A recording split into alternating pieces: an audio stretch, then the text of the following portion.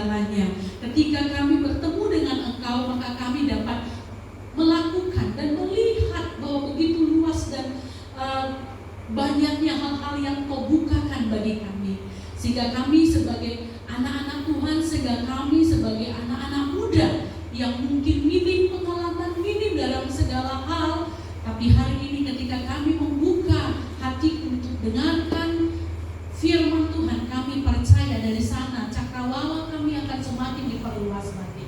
Terima kasih Tuhan, berbicaralah bagi kami pada saat ini, sebab kami telah siap untuk diberkati. Di dalam nama Tuhan Yesus Kristus kami berdoa. Amin. Shalom. Shalom. Shalom. Ya, ini saya bertemu dengan anak-anak muda yang notabene sudah begitu lama tidak berdiri di depan kalian secara khusus ya. Tapi kalau setiap minggu kita pasti ketemu di minggu, saya di mimbar, ya saudara hadir dalam kebaktian minggu, tapi khusus di pemuda udah kayaknya udah lama kali. Itu siapa ya? Ya ini udah orang-orang baru. Siapa? Miranda. Udah berapa lama ibu gak berdiri di depan kalian? Bawa firman khusus untuk di pemuda.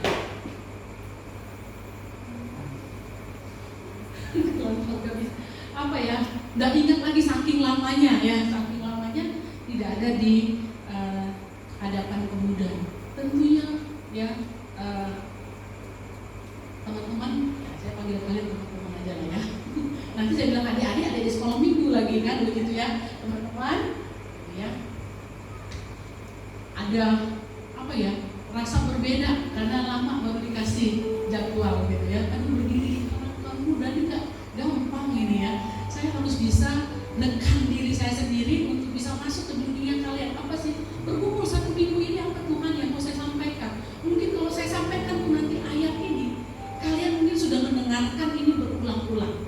Tapi saya percaya ya bahwa setiap kali kita baca firman Tuhan selalu ada berkat baru di dalamnya. Amin. Ya mungkin juga nanti yang saya sampaikan mungkin udah tahu gitu ya kan. Tapi ya percaya nggak ketika kita dengarkan firman Tuhan, walaupun itu berulang-ulang dan mungkin pengulasannya juga hampir-hampir mirip gitu. Tapi saya percaya Roh Kudus bekerja di sana. Ya satu untuk mengingatkan, dua untuk meneguhkan lagi untuk melakukan firman Tuhan itu. Amin. Ya sekarang tidak usah lama-lama, saya akan ajak kita baca dari kitab 1 Timotius 4 ayatnya ke-12. Ayat ini ayat yang sangat klasik untuk kalangan pemuda. Ya, dan mungkin ini sudah hafal.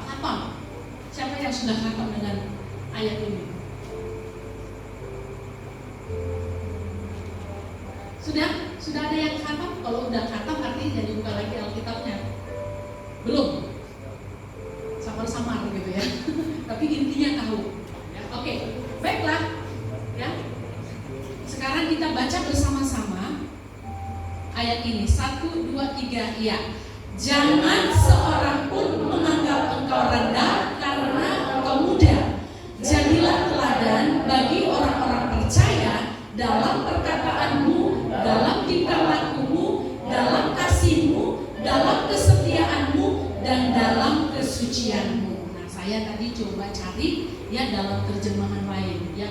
Jadi Alkitab ini tidak selalu ya diterjemahkan dalam Alkitab yang kita pakai ini ya, Lembaga Alkitab Indonesia, dan banyak terjemahan-terjemahan lain yang mungkin bisa dipakai untuk membantu kita. Dan saya tertarik dengan terjemahan lain dengan kalimatnya seperti ini ya. Dengarkan baik-baik karena di Alkitabmu itu tidak ditemukan bahasa yang sama ya. Jadi dengarkan. Engkau masih muda. Ya.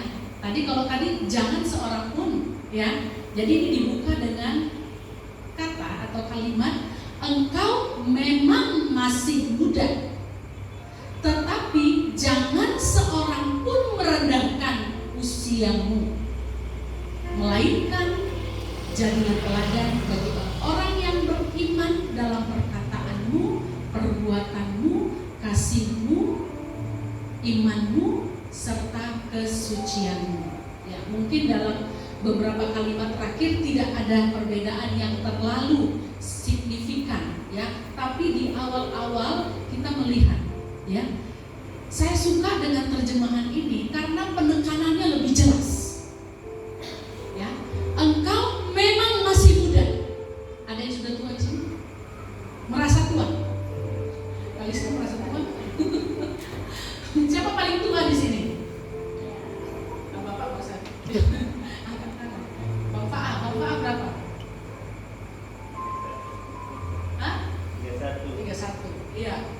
Jadi katakan engkau memang masih muda, tetapi jangan seorang pun merendahkan kamu karena usiamu.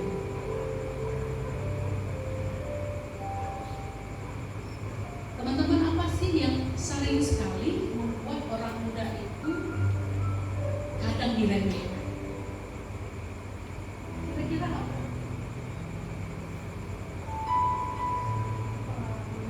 Pengalamannya masih gini, apa lagi?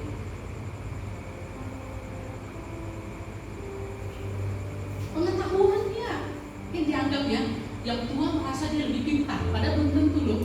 Ya, saya kadang-kadang, ya kan, kalau sama Nadine udah kalah pintar Nadine ngomongnya daripada saya. Kadang ada rasa malu. Pengetahuannya kadang lebih banyak dari saya.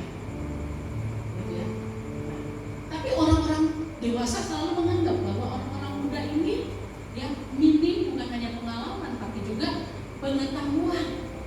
Apa lagi? Ya, perilakunya. Ya, selengean. Jadi kalau di sini nggak ada lagi selengean, ya. Udah tua-tua semua. udah lewat. Nah, itu kakak-kakak yang ada di sini. Tapi yang di sini juga remaja-remaja saya lihat nggak selengean. Semua bagus. Ya. Nggak bisa diandalkan. Karena apa? Dikasih tanggung jawab, terima tanggung jawab, habis itu tapi nggak dikerjakan tanggung jawabnya. Sehingga banyak orang-orang dewasa menganggap bahwa anak muda ini, ya, nggak dianggap gitu, dianggap nggak ada, tidak diakui. Nah, hari ini Paulus dalam kitab 1 Timotius 4 ayat 12 memberikan nasihat kepada seorang muda yang bernama Timotius. Ya, Timotius itu waktu itu dia usianya kira-kira 35 tahun. Nah, ini kayak bapak mendekati 35 tahun. Nah, kalau kita sekarang kan mandang usia 30 tahun ke atas itu sudah panglima dari segala anak muda. Iya, karena dia pemimpin, ya. Panglima dari seluruh anak muda. Yang muda itu, ya belasan tahun, ya puluhan, di angka 20 masih bisa, ya wajar dibilang masih muda. Tapi kalau sudah 30, orang sekarang bilang, lu nggak laku-laku, kayaknya ada yang salah denganmu. Ayo pergi ke dukun, cari pemanis supaya laku. Gitu ya, dianggap sudah tua. Tapi kalau dulu usia dianggap, ya, 35 itu tidak dianggap sudah tua atau berumur, itu masih dianggap muda. Itu sebabnya jarang sekali usia-usia seperti itu dipercayakan untuk bisa melakukan sebuah tugas yang besar. Nah, pada saat itu, ya, Rasul Paulus memberikan tugas kepada Timotius. Nah, mungkin Timotius selaku anak muda merasa muda dan dia merasa minder. Ya, kalau aku disuruh untuk memimpin jemaat, ya, melakukan perkara-perkara besar, nanti aku gak diterima. Ya, itu yang image anak muda. Itu yang tadi saya bilang, kenapa anak muda sering diremehkan? Karena mungkin ada banyak hal-hal yang masih dianggap orang dewasa itu belum mumpuni, ya, belum pantas, belum cocok karena pengalamannya, karena pengetahuannya, karena tanggung jawabnya, dan lain sebagainya. Jadi ada rasa kecut. Nah, firman Tuhan ini datang. Ya, Paulus kasih nasihat sama Timotius muda pada saat itu. Apa nasihatnya? Ya, kita bacakan. Ya, nasihatnya dikatakan, engkau memang masih muda, tapi jangan seorang pun, ya, menganggap atau merendahkan usiamu. Usia boleh muda, tapi ya kamu punya sebuah kualitas yang gak boleh diremehkan oleh orang-orang dewasa. Jadi Paulus itu yang memberikan dorongan, motivasi kepada Timotius anak rohaninya supaya dia mau melangkah, mau menangkap tugas yang besar ini. Gak usah takut. Selain karena Paulus ada di belakangnya, terus memberikan pengajaran, mendorong dan lain sebagainya, ya. Tapi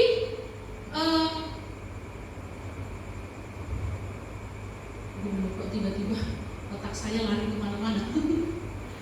Ya, inilah ya orang tua merasa sudah tua. Ya, jadi dia katakan, ya selain saya ada bersama dengan kamu, ya kamu ini punya potensi yang sangat besar. Tentunya ya Paulus ini nggak serta-merta memberikan tanggung jawab tanpa dia melihat dulu. Ya, ini kan Timotius sudah bersama-sama dengan Paulus. Tentunya Paulus tahu banget semuanya tentang Timotius, baik kekurangan maupun kelebihannya. Udah kamu maju, kapan lagi kamu bisa ya bisa melakukan perkara-perkara yang besar. Saya percaya kalau Tuhan tuh punya perbuatan atau pekerjaan yang sangat besar melalui kamu. Tapi ini gak akan bisa terjadi kalau kamu gak ambil tanggung jawab ini. Jadi lakukan, gak usah takut. Sekalipun kamu masih muda, jangan ada seorang pun yang merendahkan kamu karena usiamu. Usia boleh muda, tapi kualitas boleh bertanding, ya. Jadi ini nasihat dari Rasul Paulus kepada Timotius supaya Timotius mau mengambil tugas besar yang dipercayakan kepadanya. Nah, saudara, setiap kita tentunya tidak mau ya direndahkan, diremehkan atau dianggap nggak ada. Ada di sini emang aku nggak dianggap untuk apa-apa. Nah, EGP emangnya dia pikirin biar aja aku dianggap hantu di sini nggak apa-apa, ada dan tiada gitu. Ada, nggak ada. Semua kita ingin dianggap, apalagi anak-anak muda. Cara nunjukinnya mana? Bahwa saya bisa buktikan ya bahwa setiap kita punya naluri untuk dianggap, ya kan, diakui. Itu terbukti dari mana? Siapa di sini yang suka selfie? Terus upload ke Facebook. Siapa yang paling rajin di sini?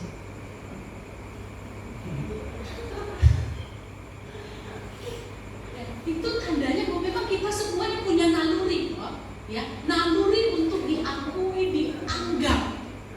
Itu sebabnya kita selfie, habis selfie, wah supaya orang tahu bahwa aku ini ada, ya, keberadaanku ini jangan dianggap nggak ada.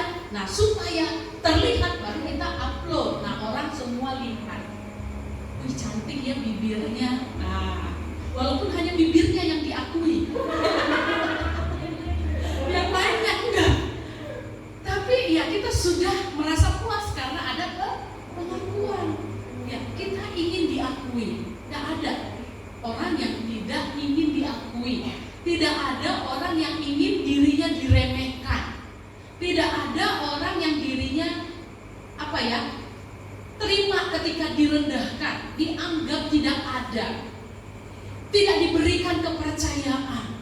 Tentunya semua, walaupun mungkin kepercayaan yang diberikan itu sangat sederhana, tapi bagi seseorang, saya dulu ya, waktu lagi saya orangnya minder sekali. Nah, ketika satu kali ada kakak rohani, Mon, kan saya dipanggil Mon, kamu setiap minggu ikut ngajar sekolah minggu. Waktu itu, ngajar sekolah minggu? Ya, kepala besar, tapi di dalam hati juga ada rasa bangga yang sangat luar biasa. Jadi guru sekolah minggu, jelek-jelek begini, ternyata aku diakui gitu. Walaupun waktu saya diajak untuk ngajar sekolah minggu terlibat, saya nggak disuruh ngapa-ngapain. Saya hanya disuruh duduk dan selesai acara sekolah minggu, Dek tolong sapu, ini juga pelayanan. Itu, tapi itu pun sudah membuat saya merasa bangga karena saya sudah dipakai. Jelek-jelek begini saya ternyata dipakai oleh Tuhan. Nah, jadi Jadi ternyata kebutuhan untuk dianggap ini sangat besar. Tidak ada satupun orang yang mau dirinya direndahkan. Nah, saudara yang dikasih oleh Tuhan, bagaimana supaya keberadaan kita ini dianggap? Bagaimana supaya keberadaan kita ini diakui? Bahkan bukan hanya berhenti sampai dianggap dan diakui, tapi kita dipakai. Bahkan diberi sebuah kepercayaan yang besar. Orang yang besar itu terjadi bukan sekejap mata. Dia memulai dari hal-hal yang sederhana dan kecil. Nah, kalau kita nggak memulai dan dipercayai dalam hal yang kecil, kapan kita bisa jadi besar? Nah, untuk bisa jadi besar, maka kita harus punya kerinduan untuk dipakai dalam hal-hal yang kecil. Nah, sekarang bagaimana meyakinkan orang lain untuk melihat kita dan memakai kita dalam arti yang positif, bukan memakai dalam arti yang negatif, memakai dalam arti yang positif. Tuhan memakai kita, orang-orang di sekitar kita memakai kita, menganggap kita, memerlukan kita, dan keberadaan kita ini dicari-cari, ditunggu-tunggu. Amin. Siapa yang ingin keberadaannya dicari-cari, ditunggu-tunggu, dipakai? Bahkan ini nggak ada yang ingin, semuanya pasti mau. Ya. Nah, tapi sekarang bagaimana caranya supaya kita bisa menjadi pribadi yang bisa dipakai? Tentunya orang pakai kita kalau kita punya kualitas, toh. Ya, seperti Timotius, dia bisa dijadikan seorang leader, seorang pemimpin walaupun dia masih muda.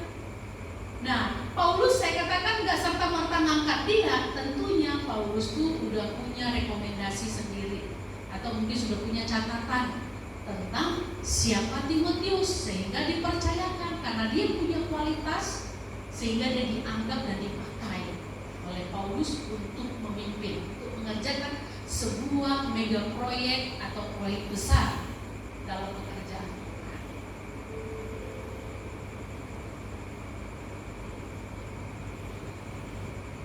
Apa yang mau dan harus kita lakukan supaya kita bisa diatur dan dipakai dan dibutuhkan,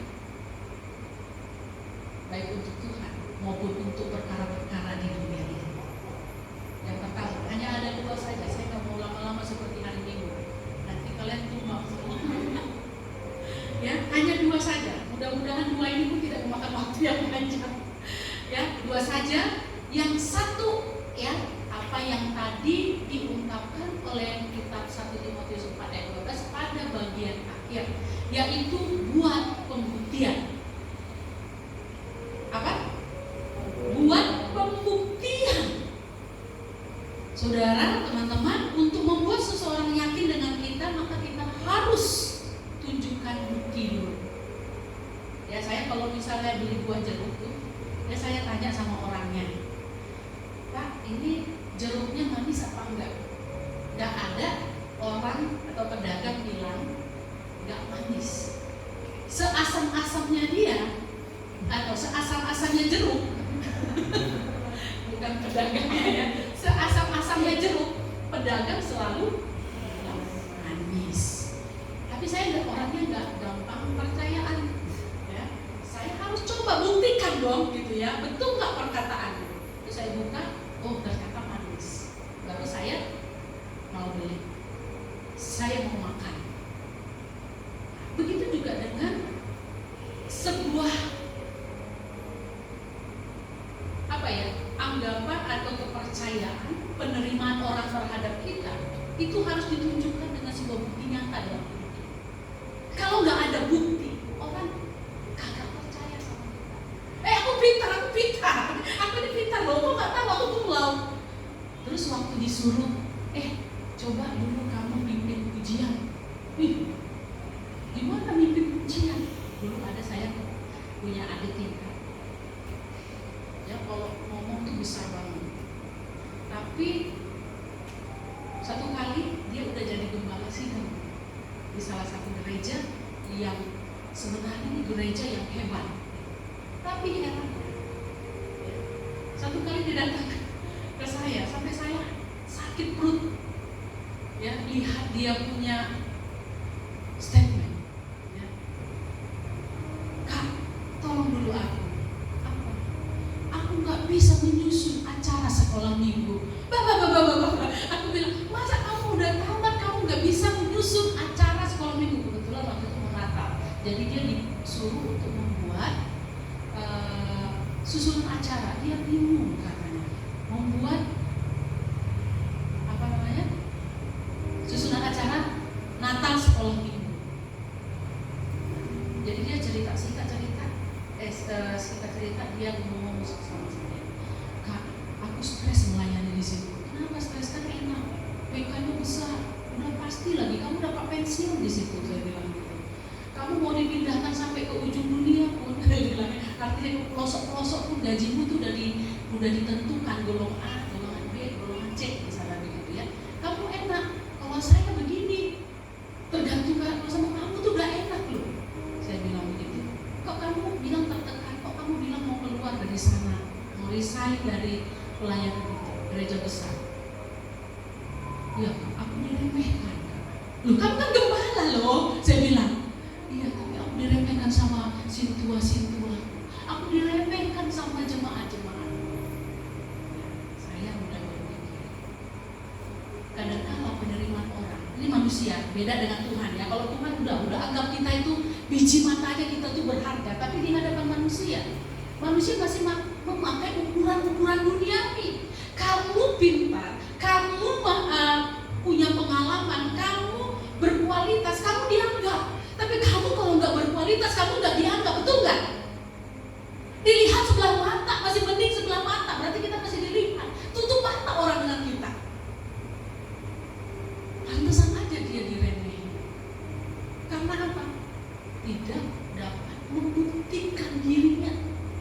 Nah, kalau dalam konteks ini, Paulus bilang sama Timotius, jangan ada seorang pun menganggap engkau rendah karena usiamu. Tapi nggak berhenti sampai di situ. Dikatakan selanjutnya, jadilah teladan. Disinilah pembuktian diri kita itu harus kita tunjukkan sehingga orang dapat anggap kita, terima kita, pakai kita. Ya, dikatakan di situ jadi teladan dalam perkataan. Ya, perkataan kita itu harus bisa dipertanggungjawabkan. Jadi anak muda itu kadang-kala asal bunyi, yang penting dia bunyi gitu ya kan. Nah, makanya sering diremehkan. Jadi anak muda harus hati-hati dengan perkataan.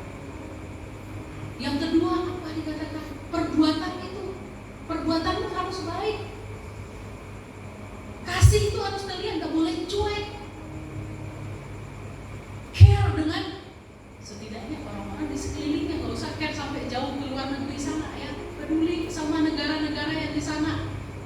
Mulailah dia dengan orang terdekat. Buktikan kasihmu kepada orang-orang di sekelilingmu.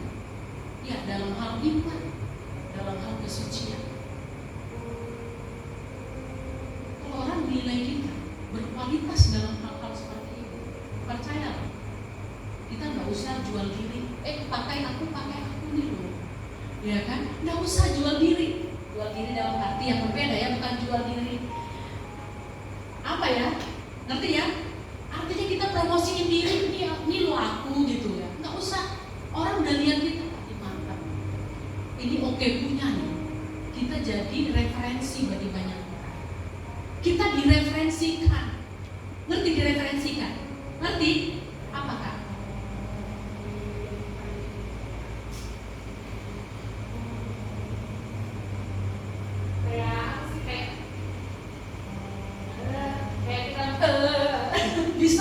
Bisa di sini tapi aku bisa keluarkan, masih anak muda. Kak Lisna?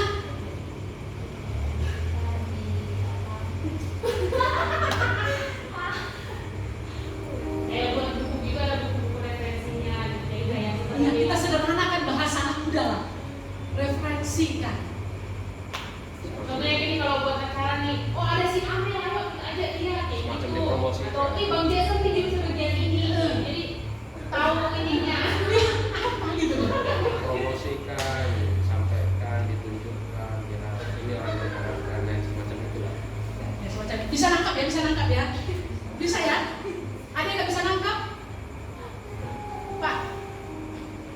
Saya nggak ada. Tadi referensikan.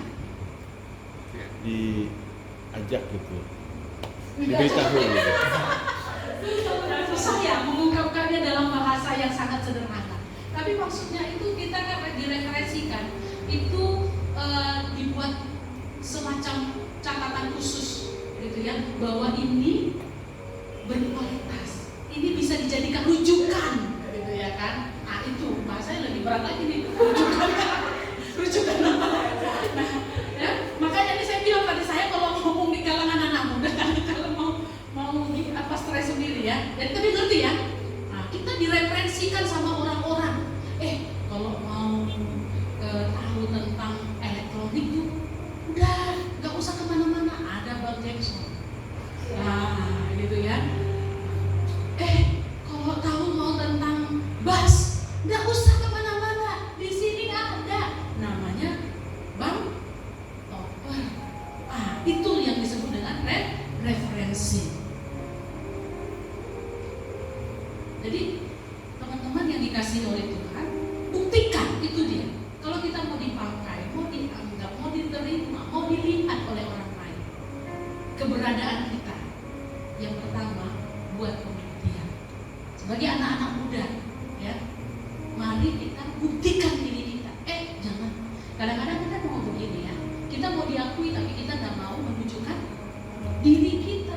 Kita nggak mau, ya, istilahnya itu di blow up atau pamerin diri kita, gitu, ditunjukkan. Bukan pameran, maksudnya dipamerin, ini lo aku ada. Tapi kita nggak usah banyak ngomong, melalui bukti-bukti nyata kerja kita, karya kita, kreativitas kita, yang orang lihat kita, nilai kita. Amin. Itu yang pertama. Yang kedua, mari kita baca dulu firman Tuhan dari kitab Amsal pasal 19 ayatnya yang ke-20.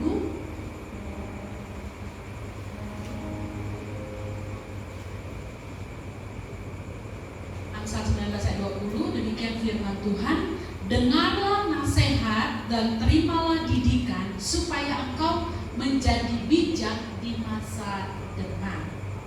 Sekali lagi, dengarlah nasihat dan terimalah didikan supaya engkau menjadi bijak di masa depan. Dan yang kedua apa?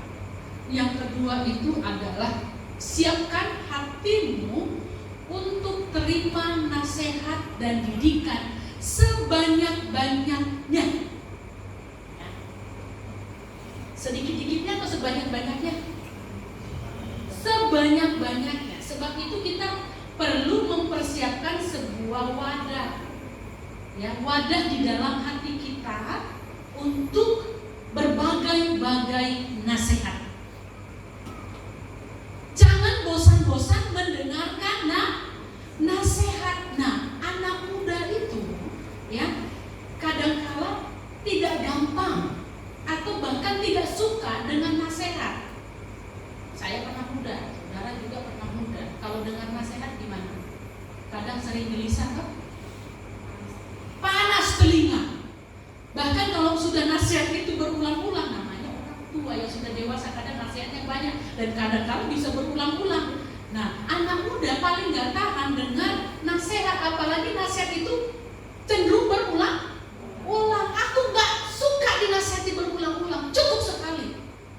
Saya mau katakan, ya, hari ini siapkan hatimu untuk terima nasihat dan didikan, ya, sebanyak-banyaknya. Kenapa? Mari kita buka firman Tuhan dalam kitab Amsal 11 ayatnya yang ke-14.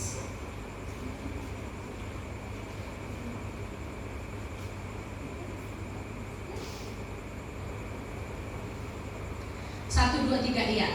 Jikalau tidak ada pimpinan, jatuhlah bangsa. Tetapi jikalau penasihat banyak, keselamatan ada. Nah, sekarang kita baca lagi Amsalnya yang ke-15 ayatnya yang ke-22. Sudah ketemu?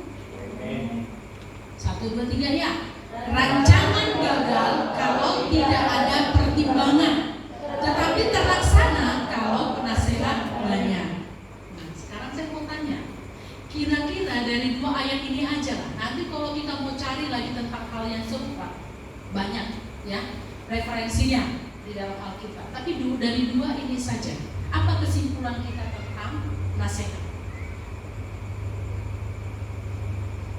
Apa kesimpulan kita tentang sebuah nasihat?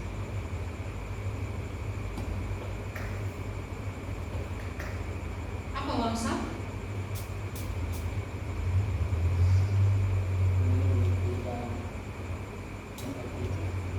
Apa?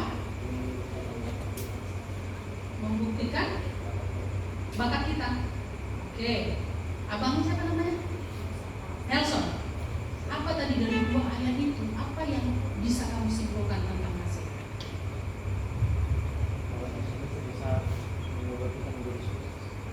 Nasihat itu bisa mengubah kita jadi sukses. Wow, dengar nasihat langsung sukses. Kan? Apa lagi? Satu kata aja. Berarti nasihat itu penting. Katakan nasihat itu penting bagi saya.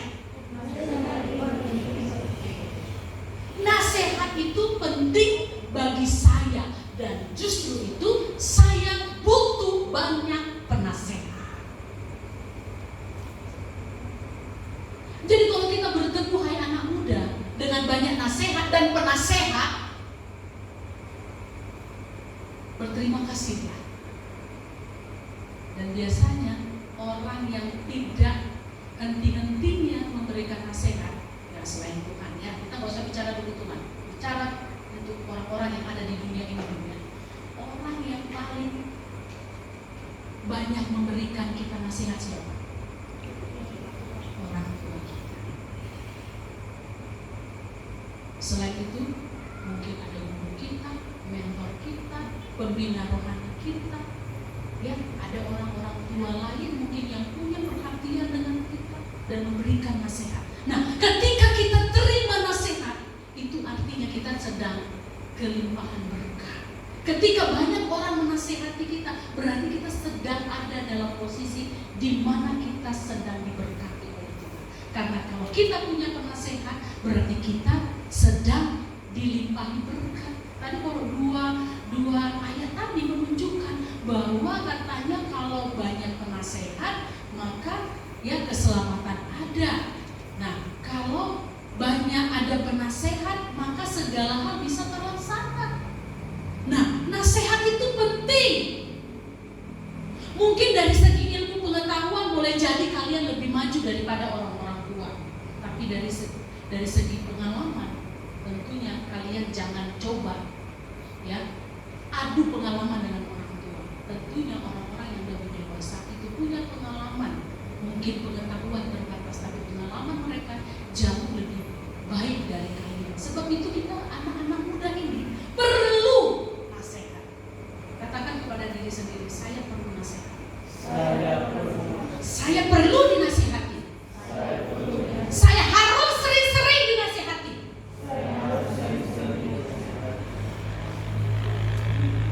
Jangan tutup telingamu terhadap masukan. Jangan tutup telingamu untuk nasihat. Sehubungan dengan nasihat, tentunya tidak semua nasihat itu ya kita telan, kita terima. Kita harus pintar menfilter, dan kita harus ya tentukan orang-orang, dia harus punya kualifikasi yang baik tentunya ya. Jangan sampai nanti kita salah ya, datang kepada orang yang salah, dapat nasihat yang salah, akhirnya ya ada orang yang menyangka itu jalannya lurus, rupanya menuju maut. Nah, ada satu kisah, mungkin kita bisa lihat dulu sebentar dari kisah ya Rehabeam yang gagal dalam menyeleksi siapa penasehat dan mengeksekusi nasihat. Nah, mari kita buka kitab 2 Tawarik 10 ayat. Gak usah kita baca semua, tapi nanti kita bisa baca di rumah saja.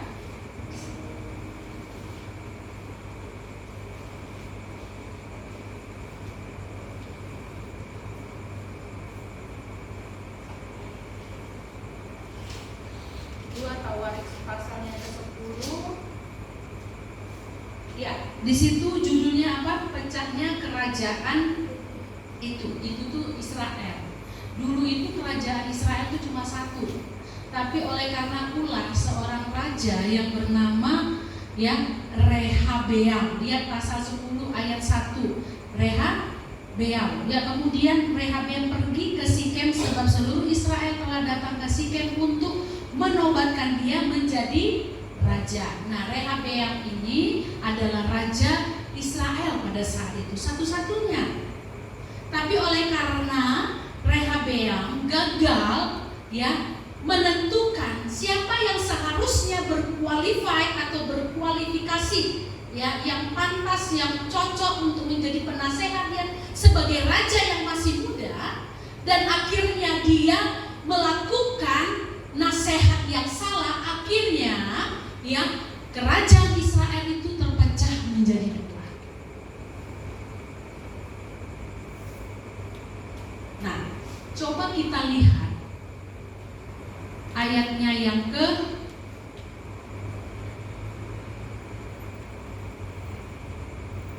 saya akan baca cepat aja ya, mulai ayat 2 biar lengkap. Segera sesudah hal itu kedengaran kepada Yerobeam bin Nebat. Yerobeam ini saudara Rehabeam, mereka satu bapak. Dia ada di Mesir sebab dia melarikan diri ke sana dari hadapan Raja Salomo, maka kembalilah ia dari Mesir. Nah, orang menyuruh memanggil dia, lalu datanglah Yerobeam dengan seluruh orang Israel dan berkata kepada Rehabeam, ayahmu telah memberatkan tanggungan kami. Artinya dia ini kan dulu dikejar-kejar gitu ya sama Salomo, terus ada hukuman gitu, tapi dia lari. Nah, sekarang Salomo udah meninggal, yang gantikan dia kan Rehabeam gitu. Nah, ketika dia tahu, dia datangi Rehabeam. Udahlah Rehabeam, dulu kan aku dapat hukuman berat sekali dikasih bapak katanya. Jadi gini aja lah, biar tolonglah saya gitu ya katanya. Tolong aku ya, ringankanlah bebanku, hukumanku. Jangan hukum aku seperti engkau menghukum hukuman yang diberlakukan oleh ayahmu katanya begitu. Oke lah, besok dia datang lagi, aku pertimbangkan dulu. Nah, terus di ayatnya yang ke-6 dibilang, sesudah itu Rehabeam meminta nasihat dari siapa? Para tua-tua yang selama hidup Salomo mendampingi Salomo ayahnya. Nah, ini tua-tua ini bukan sekedar tua ya, tapi mereka berpengalaman. Sudah lama kerja sama Salomo, udah tahu seluk-beluk semua tentang kerajaan. Tentunya mereka lebih pintar. Bukan hanya pintar, tapi mereka lebih berpengalaman, sehingga mereka memberi nasihat yang bagus untuk Rehabeam. Dikatakan oleh mereka, jika engkau mau berlaku ramah terhadap rakyat itu, maksudnya Yerobeam bersama dengan semua pengikutnya, mau menyenangkan mereka dan mengatakan kata-kata yang baik kepada mereka, maka mereka menjadi hamba-hambamu sepanjang waktu. Nah, ini nasihat baik enggak? Jadi kan para tua-tua ini bilang, udah terima aja mereka, ya kan? Dan mereka juga bisa jadi pembantu-pembantumu di sini. Nah, kalau kamu berlaku ramah sama mereka, pasti mereka nanti mau tunduk sama kamu. Nah, nasihat tua-tua ini sangat bagus. Tetapi gak lama kemudian dia datangi kawan-kawannya yang masih muda, yang masih punya kualitas yang masih sama rata gitu ya kan, ya sama dengan dia. Sehingga apa? Ketika dia bertemu dengan teman-temannya memberikan nasihat yang buruk kepadanya. Ayatnya yang ke-10. Nah, paling ujung, paling terakhir di situ ada kalimat, kelingkingku lebih besar daripada pinggang ayahku. Lalu terus ayat 11, maka sekarang ayahku telah membebankan kepada kamu tanggungan yang berat, tetapi aku akan menambah tanggungan kamu. Ayahku telah menghajar kamu dengan cambuk, tetapi aku akan menghajar kamu dengan cambuk yang berduri besi. Artinya ya, ini si Rehabeam ini ya mendengarkan nasihat teman-teman sebayanya. Padahal teman-teman sebaya, nah anak-anak muda itu kan yang dengan semangatnya, berapi-api. Kalau harga dirinya sedikit saja dikecilkan atau dia tidak dianggap atau disepelekan, udah mulai kumpulin teman-teman, ya kan, senasib seperasaan, mereka nggak boleh angkat kita lawan mereka. Nah, kira-kira seperti itu. Nah, walaupun mereka sudah lebih tua dari kita harus tunjukkan keberadaan kita. Bilang aja sama dia, kelingkingku lebih besar dari pinggang ayah. Sombong banget. Apa betul? Ini hanya bahasa hiperbola. Ya kan, bahasa hiperbola. Inilah anak-anak muda kadang ngomongnya besar banget. Nah, ini si Rehabeam, dia lebih memilih saran atau nasihat dari teman-temannya daripada tua-tua yang sudah lama kerja dengan bapaknya, yang punya pemahaman dan juga pengalaman yang lebih kuat. Akhirnya apa? Kerajaan itu menjadi berkacau. Nah, penting kita menerima nasihat. Kita harus banyak menerima nasihat. Kita memerlukan banyak penasehat. Tapi catatannya, ketika kita perlu nasihat, maka jangan sampai salah memilih penasehat. Bukan saya menyepelekan teman-teman sebaya, karena kita masih sama levelnya. Alangkah jauh lebih bijak kalau kita cari orang yang sudah lebih dulu, yang punya pengalaman, artinya lebih tua. Tapi tua belum tentu juga ya bijak. Nah, di sini memang dibutuhkan ya kejelian kita untuk melihat siapa yang kita jadikan penasehat atas hidup kita. Tentunya yang pertama, penasehat ajaib kita siapa? Tuhan Yesus. Tuhan Yesus. Dan Tuhan tidak bisa bicara langsung, tapi dia punya perkataannya di dalam firman-Nya. Ini jadikan rujukan tiap waktu ketika kita ada masalah, ketika kita ada kesulitan, ketika kita ada dalam rasa sedih, ketika kita mengambil keputusan dalam hidup kita. Kita minta dari Tuhan nasihatnya melalui firman-Nya, dan juga kepada manusia itu pun diperlukan. Itu diperlukan. Nah, di sini ya kita harus jeli untuk melihat siapa. Nanti jangan sampai ya penasehat yang kita tunjuk ternyata bocor orang yang udah sampai kemana-mana berita. Itu harus kita tentukan. Nah, harus punya kualifikasi rohani yang baik, ya kan? Punya kecakapan juga. Jangan kita datang kepada orang yang nggak pintar memberi kita nasihat. Paham maksud saya? Carilah orang yang punya kualifikasi untuk bisa memberikan kita nasihat yang baik. Jangan datang kepada kepada orang-orang atau anak-anak muda yang kita tahu dia sendiri hidupnya masih kacau balau. Kita minta nasihat, ya udah makin kacau balau nanti. Mungkin pemimpin akan ya, harus kita cari. Kalau dulu Ibu Ida di kampus itu ada, ya, kita setiap mahasiswa itu punya yang namanya boleh dibilang mentor. Mentor ini tempat di mana kita curhat, di mana kita berbagi ya segalanya dengan dia, dan dia bisa kita percaya. Dan itu sungguh membantu. Mungkin butuh nasihat, mungkin rohani. Mari terbuka dengan mereka untuk ceritakan, daripada nanti ceritamu ya sampai ke orang yang nggak tepat, akhirnya jadi kacau. Seperti Rehab. Nah, ini teman-teman yang jadi firman yang ingin saya sampaikan dalam kesempatan ini, ya, kiranya kita semuanya menjadi orang atau anak-anak muda yang bijak di dalam bertindak, ya, bijak dalam memilih. Kalau tadi saya bilang yang kedua itu, ya, kita harus punya penasehat. Kita harus banyak-banyak menerima nasihat. Tapi ingatlah, ya, bahwa tidak semua penasehat itu akan membawa kepada kebaikan. Pilihlah, ya, tentukanlah penasehat yang sungguh-sungguh dapat membantu kita. tentunya orang-orang itu harus punya kualifikasi yang baik dalam hidupnya. Dari segi rohani, ya tentunya harus lebih. Jangan pula yang sama hancurnya dengan kita, ya kan? Kita cari yang lebih rohani. Mungkin dia lebih dewasa dari kita. Nah, kita anggap tadi ya bahwa orang-orang yang lebih dewasa dari kita adalah orang-orang yang punya pengalaman. Itulah firman Tuhan yang dapat saya bagikan. Kiranya kita semua anak-anak muda yang malam hari ini datang sungguh-sungguh menjadi anak muda yang luar biasa. Amin.